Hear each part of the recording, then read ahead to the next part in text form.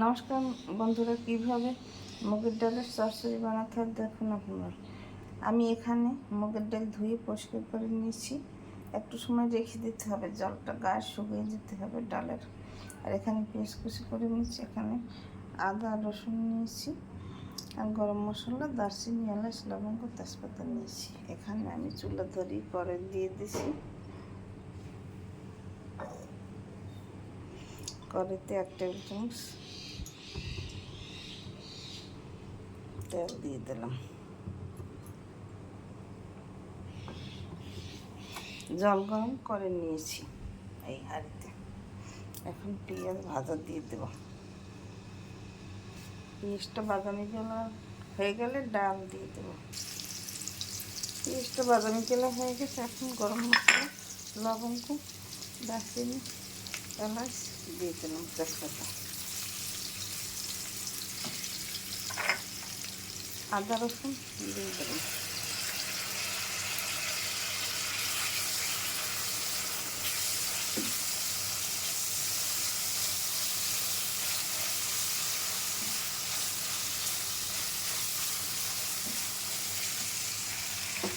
এখন ডাল দিয়ে দিলাম।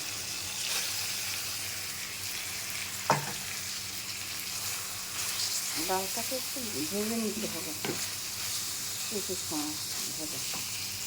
ডালের মধ্যে আমি হলুদ গুঁড়ি 1 চামচ, লবণ 1 চামচ দিয়ে এটাকে ভাজতে হবে। আমার ডাল ভাজা হয়ে গেছে। এখন একটা কাঁচামরিচ ভেঙে দিলাম।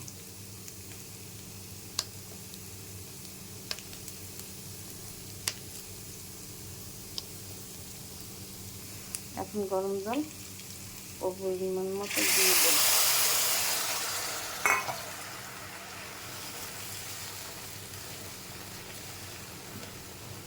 মধ্যে ধনে গুঁড়ি 1 চামচ, গরম মশলা 1/2 চামচ, জিরা গুঁড়ি 1 চামচ, লবণ আমি দিয়েছি। এটাকে এখন ঢেকে সেদ্ধ করতে হবে। ঢাকনা তুলে দিলাম। ডাল সেদ্ধ হয়ে গেছে।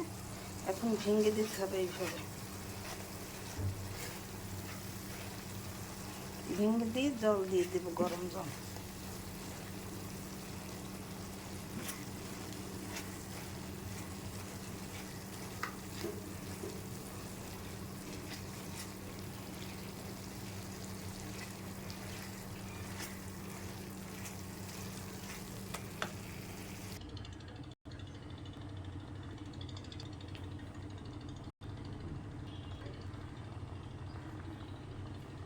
আমি ডাল ভেঙে জল দিয়ে দিছি।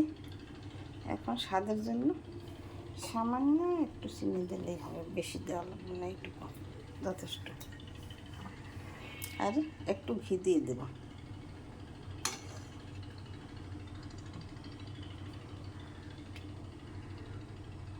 একটু জলটা টানলেই মুগ ডালের চচ্চড়ি রান্না করা হয়ে যাবে। আমার ডাল চচ্চড়ি তৈরি হয়ে গেছে। এখন একটা পাত্রে নামিয়ে নেব।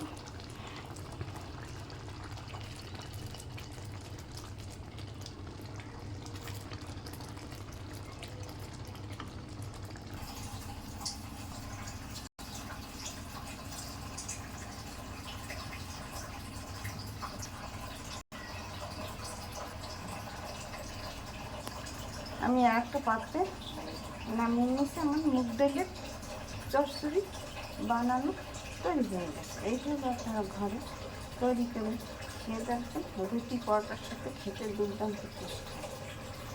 দেখুন, দেখতে কত সুন্দর হয়েছে, খেতেও দুর্দান্ত স্বাদ হয়। এইভাবে তৈরি করে খেয়ে দেখবেন। আমার ভিডিও আপনাদের ভালো লাগলে লাইক কমেন্ট শেয়ার দিয়ে পাশে থাকবেন। আমার চ্যানেলটিকে লাইক কমেন্ট শেয়ার দিয়ে পাশে থাকবেন। থ্যাংক ইউ, ধন্যবাদ।